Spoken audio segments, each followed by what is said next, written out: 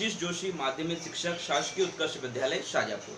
आज हम class 10th के लिए मैथ्स में एक और टॉपिक लेकर आपके बीच आए हैं और टॉपिक का नाम है दो चरों में रैखिक समीकरण। तो सबसे पहले इसको क्लियर करने के लिए हमको बच्चों को क्लियर करना होगा कि चर और अचर होते क्या है, what is variable and constant.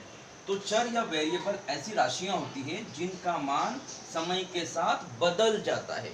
जैसे x की बात की जाए या y की बात की जाए तो हर क्वेश्चन में x और y का मान कैसा होगा, अलग अलग। तो इनको हम क्या बोलेंगे, चर राशियां।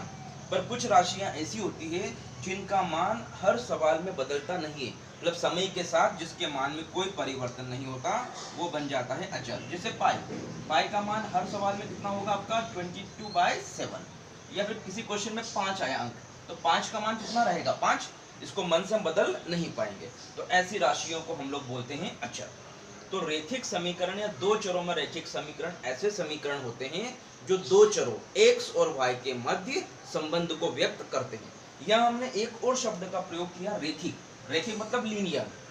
जब चरों की घात एक होती है, एक घात वाले चरों का प्रयोग किया जाता है तो उन समीकरणों को हम क्या बोलेंगे, दो चरों में रैखिक समीकरण। तो जब एक साथ दो समीकरण हो तो ये बन जाता है रैखिक समीकरण युग्म।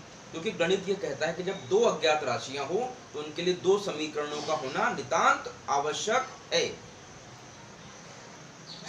अब हम चलते हैं मानक रूप की ओर। तो दो चरों में रैखिक समीकरणों का मानक रूप इस टाइप से होता है, a1x + b1y = c1, a2x + b2y = c2। देखिए दो चर x और y है और दोनों का है हमारे पास एक एक घात में, मतलब कैसा है ये, रैखिक समीकरण युग्म है। अब सबसे पहले हमको ये जान लेना आवश्यक है कि इनका हल विद्यमान होगा भी या नहीं, मतलब सॉल्यूशन एग्जिस्ट होगा भी या नहीं। तो सबसे पहले आते हैं हम केस फर्स्ट की ओर। जब a1/a2 नॉट इक्वल b1/b2, मतलब ये वाला अनुपात इस वाले अनुपात के बराबर नहीं होता है तो उस स्थिति में समीकरण निकाय का अद्वितीय हल होता है।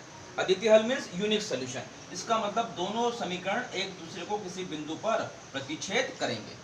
जब हम दोनों इक्वेशन को प्लॉट करेंगे ग्राफ पेपर पे तो दोनों रेखाएं एक दूसरे को प्रतिच्छेद करती है और जहां पर इंटरसेक्ट करेगी या प्रतिच्छेद करेगी वही समीकरण निकाय का क्या होगा, हल, जिसको हम बोलते हैं अद्वितीय हल या यूनिक सॉल्यूशन। क्या सेकंड, जब a1/a2 equal b1/b2 not equal c1/c2, ये अनुपात तो बराबर होगा x और y के गुणांकों का, परंतु अचर अनुपात के बराबर नहीं होगा। इस स्थिति में समीकरण निकाय का कोई हल विद्यमान नहीं होता है, मतलब समीकरण को आप सॉल्व नहीं कर पाओगे। इस स्थिति को बोला जाता है दोनों रेखाएं कैसी है, समांतर है, म्यूचुअली पैरेलल, ठीक है ना। दोनों रेखाएं कैसी होगी, आपस में समांतर। जब ये एक दूसरे को प्रतिच्छेद ही नहीं करेंगी तो इसका कोई भी हल विद्यमान नहीं होगा। तीसरी स्थिति में आते हैं case third, a1/a2 = b1/b2 = c1/c2, जब सबके अनुपात आपस में बराबर हो। तो इस स्थिति में समीकरण निकाय के अनंतः अनेक हल होते हैं, मतलब इनफाइनाइटली मेनी सॉल्यूशन, और इसको हम बोलते हैं संपाती रेखाएं। लाइन कैसी होगी, आइडेंटिकल, मतलब संपाती होगी या एक दूसरे पर अतिव्यापी होगी। अब हम बात करते हैं इन रैखिक समीकरण युग्म को हल करने की। तो इन रैखिक समीकरण युग्म को हल करने की निम्न 5 विधियां हैं। पहली विधि का नाम दिया विलोपन या एलिमिनेशन, प्रतिस्थापन सब्स्टिट्यूशन, वज्र गुणन, क्रॉस मल्टीप्लिकेशन या साघनीयता के प्रतिबंध, आलेखी graphical method and mix method. सामान्यतः 10th क्लास में बच्चे इन 3 प्रकार की विधियों का प्रयोग करते हैं। पहली होगी विलोपन, प्रतिस्थापन और वज्र गुणन। तो आज हम इनमें से 2 विधियों का अध्ययन करेंगे, विलोपन और प्रतिस्थापन। इसके बाद हम बाकी की तीनों विधियों को कल के वीडियो में शेयर करेंगे। तो आइए आज हम समीकरण निकाय को हल करना सीखते हैं विलोपन और प्रतिस्थापन के साथ। अब हम शुरुआत करने वाले हैं इस समीकरण निकाय का हल विलोपन विधि से, मतलब एलिमिनेशन मेथड से। तो देखिए शब्दों पे ध्यान दिए, विलोपन, एलिमिनेशन, इसका मतलब क्या होता है, चरों को गायब करना है। क्या करना है, चरों को विलुप्त करना है या गायब करना है। तो जो समीकरण पहले दिया उसको हम बोलेंगे समीकरण 1, जो बाद में दिया इसको बोलेंगे समीकरण 2। और सबसे पहले हमको मेंशन करना पड़ेगा चर x को विलोपित करने पर, on elimination of variable x, चर x को विलोपित करने पर।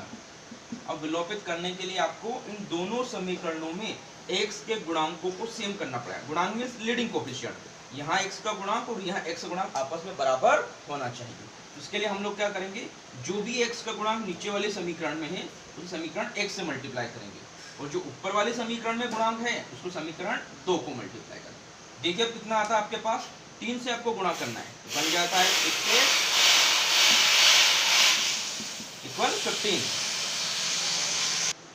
अब हमने मल्टीप्लाई किया इक्वेशन 2 को 2 से, तो ये बन जाता है हमारे पास 6x plus 4y equal x to the 16। अब देखिए आप दोनों समीकरणों में x वाले गुणांक कैसे हैं, सेम।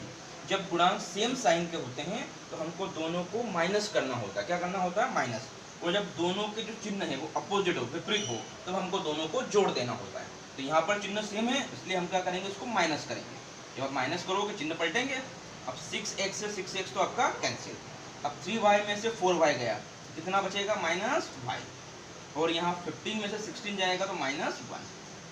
इसका मतलब -y बराबर -1, तो y इक्वल कितना हो जाएगा, 1। ये बन जाता है y। इसी प्रकार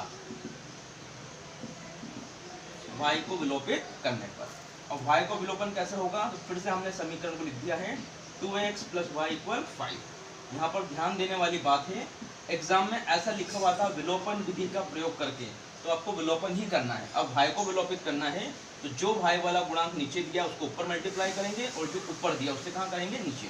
कुछ भी नहीं होना, मतलब 1। अब हम इंटू करने वाले हैं, ये बन जाता है 4x + 2y = 10। और यहाँ बन जाता है हमारे पास 3x + 2y = 8। फिर से दोनों भाई का चिन्ह कैसा है, समान है, इसका मतलब हमको माइनस करना पड़ेगा।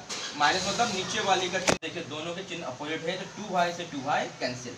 और 4x में से 3x जाएगा तो बच जाएगा हमारे पास x, और 10 में से 8 जाएगा, बचेगा हमारे पास 2।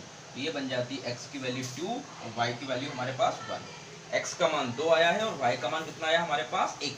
आप लोग चाहें कि आपका उत्तर सही है या नहीं, तो आप x और y के मान को किसी भी समीकरण में रखकर चेक कर सकते हैं कि आपने जो मान निकाले वो सही है या नहीं। जैसे x का मान यहाँ रख देंगे 2, 2 दूना 4 प्लस y 1, 4 और 1 5 बराबर 5। मतलब ये मान समीकरण को संतुष्ट कर रहे हैं, इसका मतलब जो हल हमने निकाला है वो सही है। आइए अब इसी प्रश्न को हम हल करेंगे प्रतिस्थापन विधि से।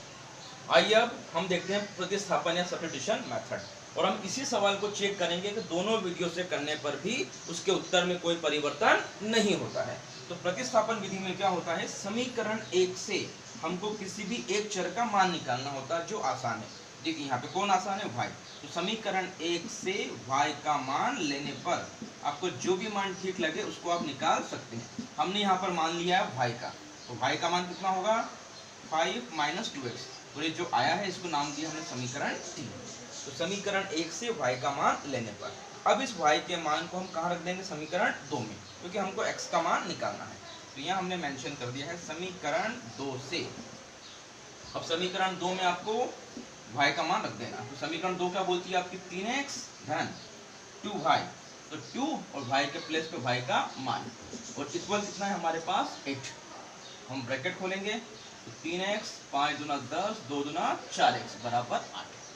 3x में से 4x माइनस होगा, कितना बचेगा, -x, और 8 माइनस कितना होगा, ये 10, प्लस का 10 जाएगा उस तरफ, कितना होगा, माइनस का 10, तो -x = -2, तो x = 2।